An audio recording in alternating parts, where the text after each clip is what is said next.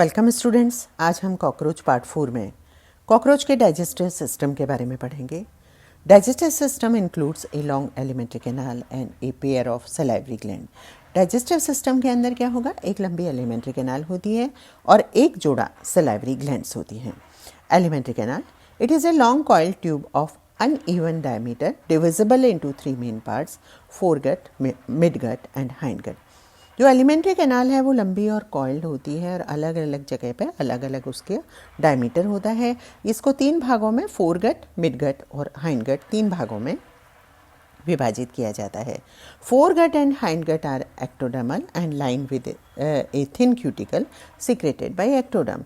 जो फोरगट और हाइंडगट हैं वो कैसी होती है, एक्टोडर्मल होती हैं ओरिजिन में, और थिन क्यूटिकल जो कि एक्टोडर्म के द्वारा सीक्रेट होती है उसके द्वारा आश्रित होती हैं। Whereas midgut is endodermal, devoid of cuticular lining and capable of absorbing digested food. और जो मिडगट होती है वो मिडगट एंडोडर्मल होती है ओरिजिन में और क्यूटिकुलर लाइनिंग उसमें एब्सेंट होती है, इसलिए वो जो डाइजेस्टेड फूड मटेरियल है उसको एब्जॉर्ब करने में या उसका अवशोषण करने में सक्षम होती है। ये है एलिमेंट्री कैनाल ऑफ अर्थवर्म। यहाँ पे आप देखिए, ये है फेरिंग्स ऊपर, फेरिंग्स के बाद में ये उसके बाद में आता है इसोफेगस, इसोफेगस क्रॉप, फिर देन गिजर्ड, फिर ये है हेपेटिक सीका, फिर मिजनट्रॉन या मिडगट ये वाली, फिर मेल्पिजियन ट्यूब्यूल्स आपको यहाँ पे दिख रही हैं। This is ileum, colon and rectum.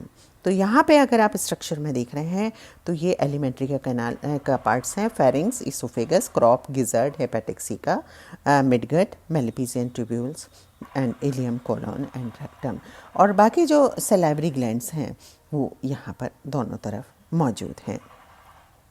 Foregut या स्टोमोडियम, फोरगट या स्टोमोडियम, इट इंक्लूड्स, इसके अंदर क्या आता है, माउथ कैविटी आती है, फेरिंग्स आती है, इसोफेगस आती है, क्रॉप आती है एंड गिजर्ड आती है। ये आपने डायग्राम में देखा।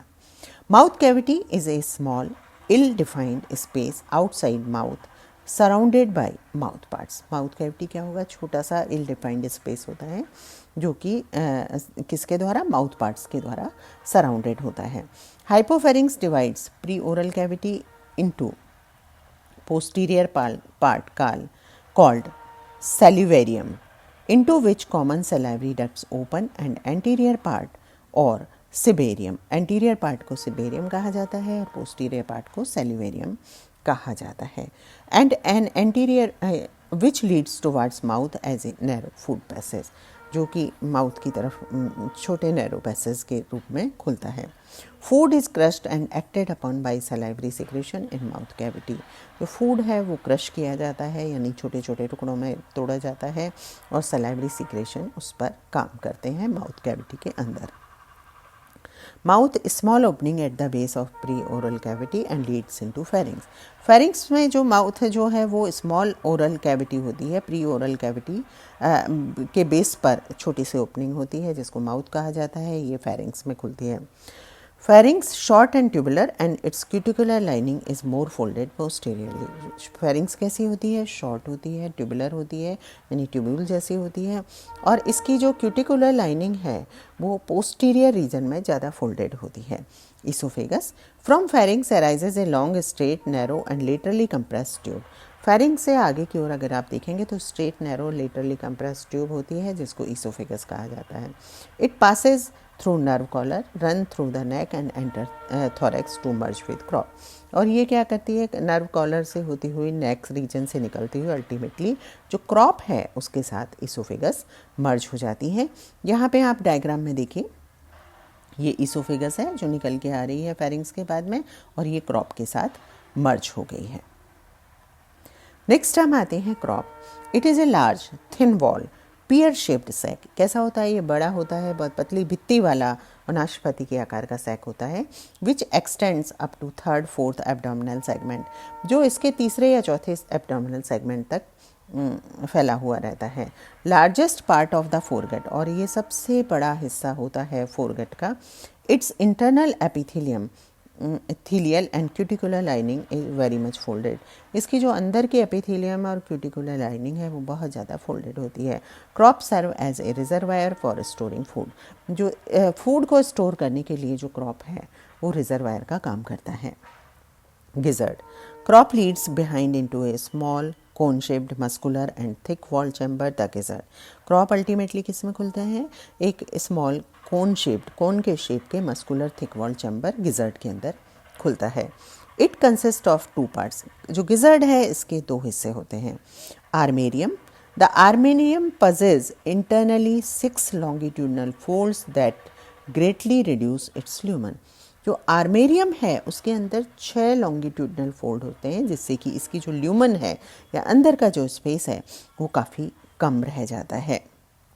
ये देखिए आप, ये है डायग्राम में आर्मेरियम, ये है क्रॉप, ये क्रॉप्ड गिजर्ड इन एलएस सेक्शन। लॉन्गिट्यूडनल सेक्शन में अगर आप देखेंगे तो ये क्रॉप है और ये गिजर्ड का आर्मेरियम पार्ट है, और दूसरा जो पार्ट होगा ये ल्यूमन ऑफ प्रोवेंट्रिकुलस और गिजर्ड का जो ल्यूमन है वो ये जो डेंटिकल्स पाए जाते हैं या सिक फोल्ड पाए जाते हैं लॉन्गिट्यूडनल फोल्ड्स, उनकी वजह से ये छोटी रह जाती है। दूसरा जो है ये है, दूसरा जो पार्ट है वो है स्टोमोडियल वॉल्व्स। यहाँ पे ये स्टोमोडियल वॉल्व्स हैं। तो behind pads the posterior end of gizzard extend into the lumen of midgut as a spout like narrow tube the stomodeal valve.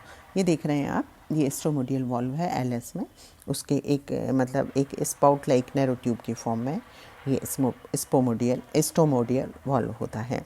It prevents regurgitation of food from midgut into gizzard. Midgut या mesenteron. Midgut is a short and narrow tube-like middle part of alimentary canal, also known as ventriculus or mesenteron. Midgut जो है वो छोटा narrow middle part होता है alimentary canal का, इसको ventricles या मेसेंट्रोन भी कहा जाता है। It is lined by glandular epithelium and form the true stomach. ये ग्लैंडुलर एपिथेलियम के द्वारा लाइंड होता है और एक्चुअल में इसको देखें तो ये ट्रू स्टोमक की तरह काम करता है।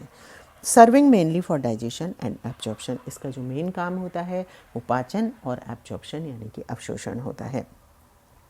Hepatic caeca opening into the interior end of midgut 7th और 8th, शॉर्ट नैरो 7 या 8, जो एंटीरियर एंड है मिडगट का उस पर 7 या 8 short narrow blindly ending hollow tube called enteric hepatic caeca कहलाते हैं। डायग्राम में आपने देखा था 7-8 जो मिडगट के एंटीरियर पार्ट पर ही हेपेटिक सीका मौजूद होते हैं, जिनका जो एंटीरियर एंड जो पोस्टीरियर एंड है या जो ब्लाइंड एंड एक एंड जो होता है वो ब्लाइंड होता है। These are internally lined by epithelium and secreted digestive enzymes. Hepatic caeca का सबसे इम्पॉर्टेंट काम होता है कि ये एपिथेलियम के द्वारा लाइंड होते हैं और ये पाचक जूस जो हैं या डाइजेस्टिव एंजाइम्स हैं उनका सीक्रेशन करते हैं। Malpighian tubules. From the junction of midgut and hindgut arise 80 to 90 very narrow thread-like yellow-colored blind tubules projecting freely into hemocoel.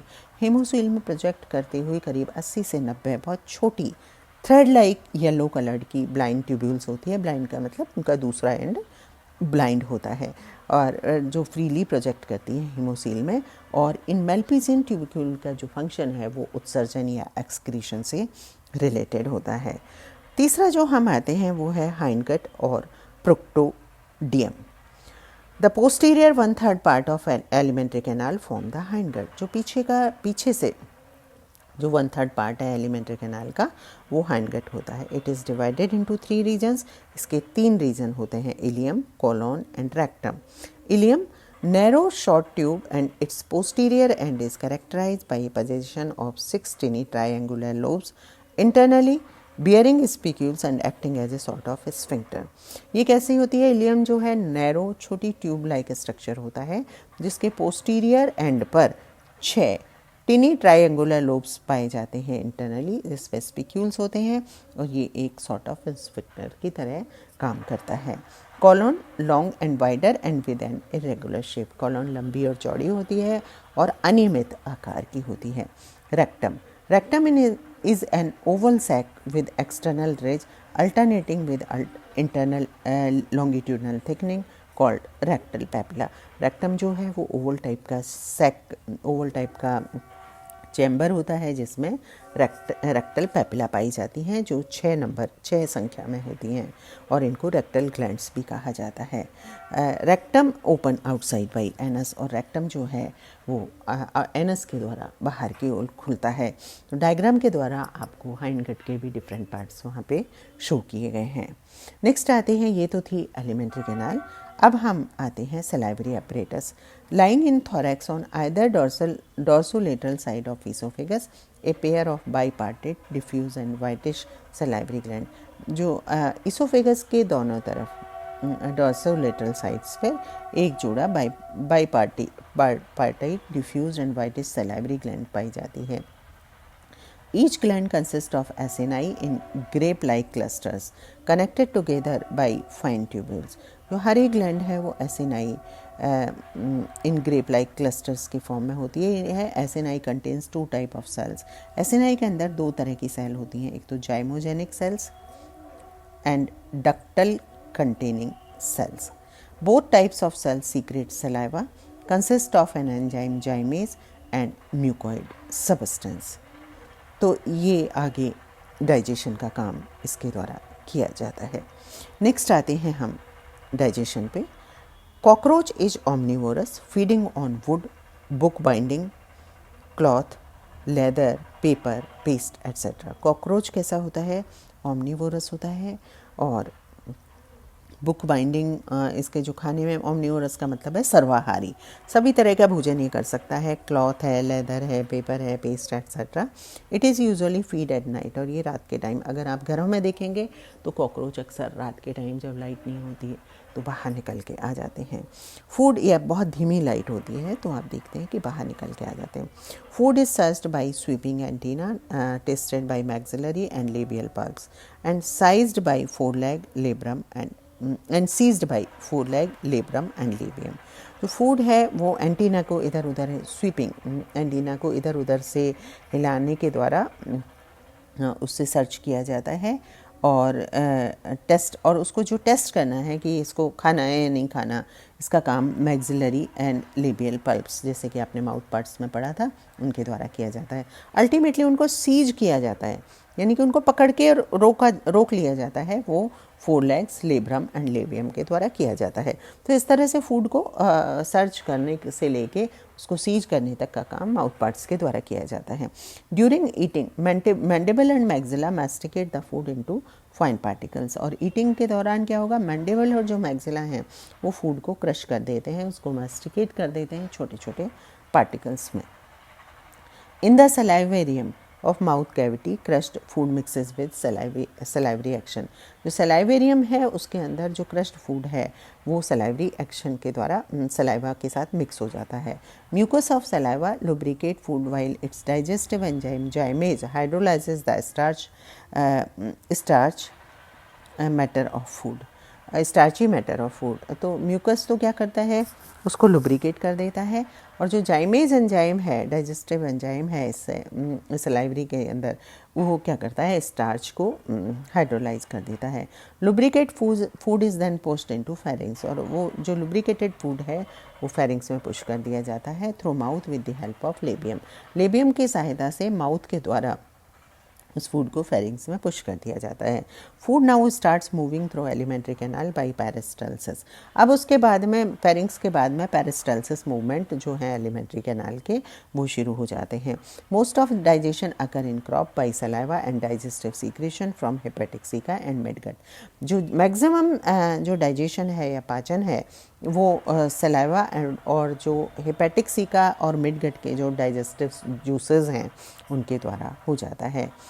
3 secretions contain a trypsin-like enzyme and peptidase that break down protein. एक trypsin like enzyme और एक peptidase होता है जो कि protein का break down करता है, प्रोटीन को अमीनो एसिड में कन्वर्ट करता है। Amylase that complete the break down of starches. Amylase जो है वो स्टार्च को ब्रेक डाउन करता है, स्टार्च को ग्लूकोज में कन्वर्ट करता है। Lipase that break down fats, और जो लाइपेज एंजाइम है वो फैट को फैटी एसिड एंड ग्लिसरॉल में कन्वर्ट करता है। A thin chitinous transparent peritrophic membrane lines the midgut internally in the form of a tube. एक काइटिनस ट्रांसपेरेंट जो मेम्ब्रेन होती है वो मिडगट को अंदर से आश्रित करती है। It protect the delicate lining of midgut from abrasion by hard indigestible component of food. तो कई बार हार्ड इनडाइजेस्टेबल फूड कंपोनेंट है उसको डैमेज होने से ये जो लाइनिंग है काइटिनस ट्रांसपेरेंट लाइनिंग वो उसको बचाती है। Epithelial cells of enteric caeca and midgut are also absorbed. जो एंटेरिक सीका है और मिडगट की जो एपिथेलियल सेल्स हैं वो नेचर वाइज कैसी होती हैं, अवशोषण कर लेती हैं। They absorb digested food which is stored in the diffuse fat body. ये फूड डाइजेस्ट करती हैं फूड को जो कि डिफ्यूज फैट बॉडीज़ में स्टोर रहता है। Undigested food is passed first into ileum and then into colon. तो अनडाइजेस्टेड फूड है वो इलियम और कोलन में फर्स्ट जो पास होता है इलियन और फिर कोलन में पास होता है। In rectum the rectal pads absorb water and the faecal matter is eliminated to outside through anus as dry pellets. और रेक्टल पैड्स के द्वारा भी कुछ वाटर एब्जॉर्ब किया जाता है और अल्टीमेटली जो फीकल मैटर है वो एनस के द्वारा ड्राई पैलेट्स के रूप में बाहर निकाल लिया जाता है। तो आज हमने इसके डाइजेस्टिव सिस्टम के बारे में पढ़ा और किस तरह से पेरिप्लेनेटा या कॉकरोच में डाइजेशन होता है उसके बारे में पढ़ा। Thank you very much.